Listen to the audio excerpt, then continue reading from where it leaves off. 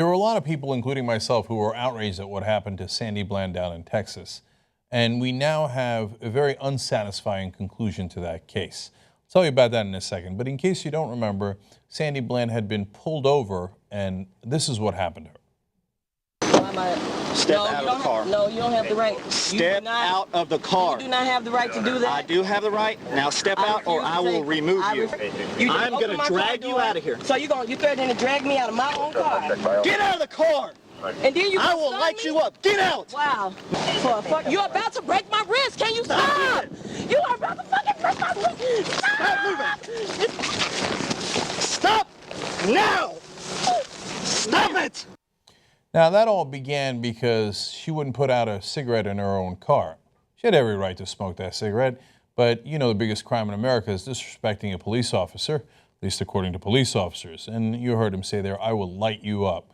Now, he brought her to jail, and 3 days later, they found her with a trash bag wrapped around her neck. She was dead.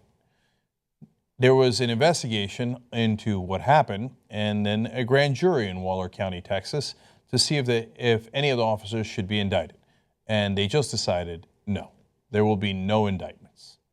Now, I was briefly a prosecutor when I was in law school. I used to intern, and I did for a couple of different prosecutors' offices. And the old saying was you could indict a ham sandwich if you want. In other words, you can indict anything, any person you want, because there's no defense attorneys in a grand jury.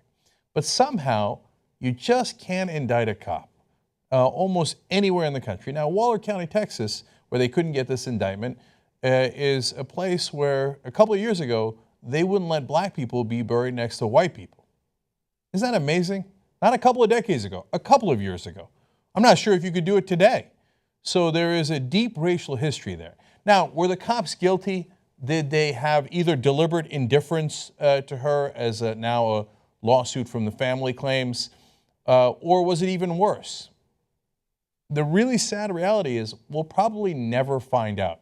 Do I know what happened inside that jail cell? From day one to this day, I've said the same thing, which is I don't know. How could I possibly know what happened inside that jail cell?